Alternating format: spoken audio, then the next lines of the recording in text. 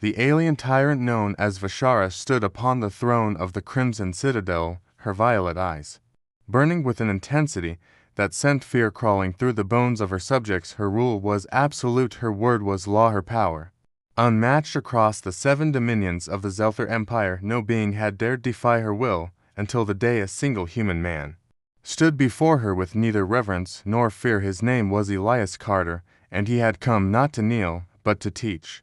The air in the grand hall was thick with the weight of unspoken threats. The guards lined the walls, their armor gleaming under the soft glow of the bioluminescent orbs. Suspended in midair, Vishar's voice was a blade slicing through the silence, demanding to know why a lowly human had the audacity to enter her domain uninvited. Yet Elias did not flinch, he did not bow. He met her gaze and spoke with a calm that unsettled even the most seasoned of her warriors. You rule through fear, you dominate with cruelty, you crush those who dare question you. But strength without discipline is nothing but reckless force, he said, his voice steady and unwavering. His words were like foreign weapons, striking a creature that had never known such wounds. Vishara laughed, a sound like the crack of thunder through the storming abyss. But beneath her amusement was something else, something she did not recognize nor understand. Elias did not challenge her with weapons nor with grand displays of power. He challenged her with something far more dangerous to a ruler who had never been opposed before: conviction. His presence was a defiance in itself and uncheckable. Will that refused to cower before her might. Vishara sought to break him, to bend him to her will. She tested him with trials that would have shattered any lesser being, yet he endured the pain, the torment, the endless games of manipulation and control she sought to impose upon him, but he did not yield.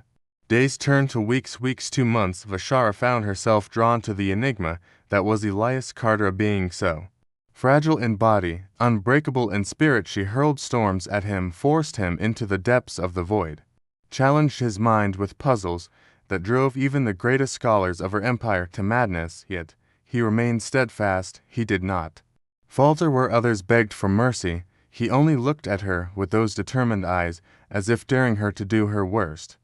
She began to question herself, to question the way she ruled, to question the very essence of what it meant to be strong. For the first time in her existence, she saw that power was not in how much one could take, but in how much one could endure, in how much one could wield with wisdom and restraint. She saw in Elias something she had never seen before, something that terrified her more than any rebellion. He did not hate her, he did not seek to overthrow her, he sought to make her better. The day came when she no longer wished to test him, when she no longer sought to break him, but instead wished to learn from him. The ruler of the Zelther Empire, who had once been feared across the stars, found herself sitting before a simple human man, listening to his words, drinking in his knowledge, and understanding the truth that had eluded her for so long. In the silence of her own thoughts, she knew she had met her match, not in strength, not in power, but in discipline and will. Elias did not seek to change her nature, nor did he wish to strip her of the fire that had made her feared across the cosmos. Instead, he sought to temper that fire, to mold it into something greater than brute force and ruthless dominance. He spoke to her of balance, of restraint, of the way true leaders did not command through terror alone, but through the respect and trust of those they governed. Vishara struggled against these ideas at first. They were foreign, they were unnatural to a being who had never questioned her right to rule.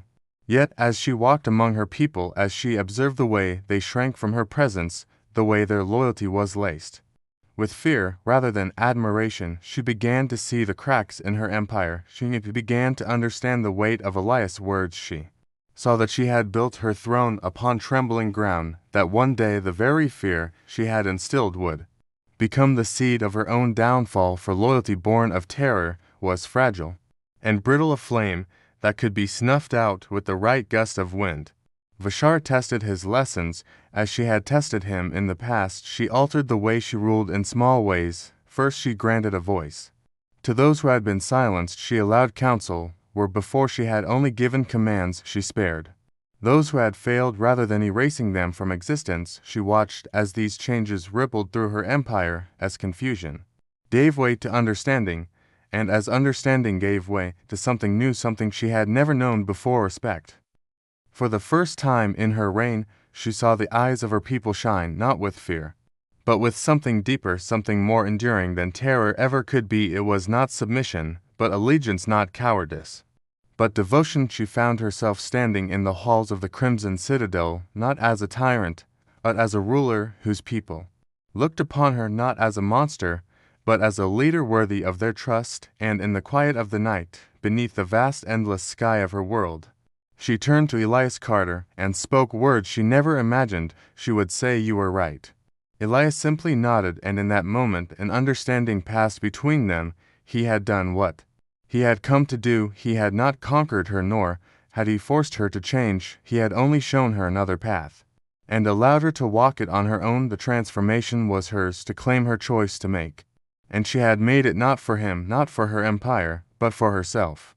The stars burned brightly above them, and Vashara knew that her empire would never be the same. She had been feared, but now she sought to be respected. She had ruled with an iron fist, but now she would lead with wisdom and strength. The path ahead would not be easy. There would be those who opposed her, those who clung to the old ways, but she was no longer afraid of their defiance, for she understood now that true power was not found in the silence of the oppressed, but in the voices of those who stood with her.